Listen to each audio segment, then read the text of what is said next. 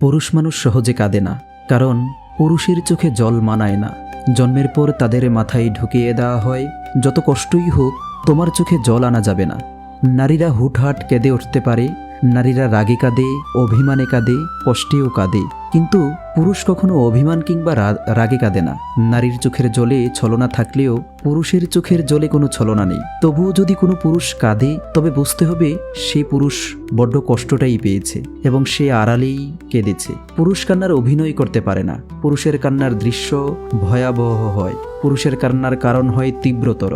তবু পুরুষেরা কাঁদে। পুরুষ কাঁদে চার দেয়ালের আড়ালে, পুরুষ কাঁদে বারবার ইন্টারভিউ বোর্ডে ব্যর্থ হয়ে সার্টিফিকেটের দিকে তাকিয়ে, পুরুষেরা কাঁদে সংসারের চাহিদা মেটাতে না পেরে, পুরুষেরা কাঁদে বাবা মায়ের চাহিদা পূরণ করতে না পেরে, পুরুষেরা কাঁদে প্রেমিকা হারালে। পুরুষ মানুষ নিজের জন্য যতটা না কেঁদেছে, তার চেয়েও বেশি কেঁদেছে অন্য কারোর মন রক্ষা করার জন্যে।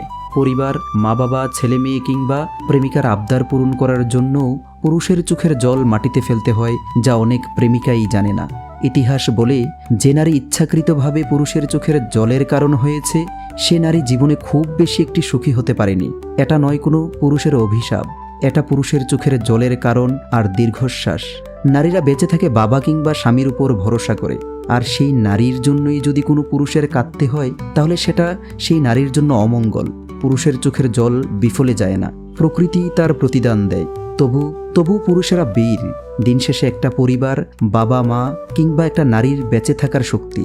পুরুষকে কাঁদিয়ে যে নারী জীবনে যত বড় হতে চেয়েছে, তার সারাটা জীবন ভাঙতে ভাঙতে গেছে। কারণ একটা নারীর জীবনে স্রষ্টার পরেই একজন পুরুষের স্থান।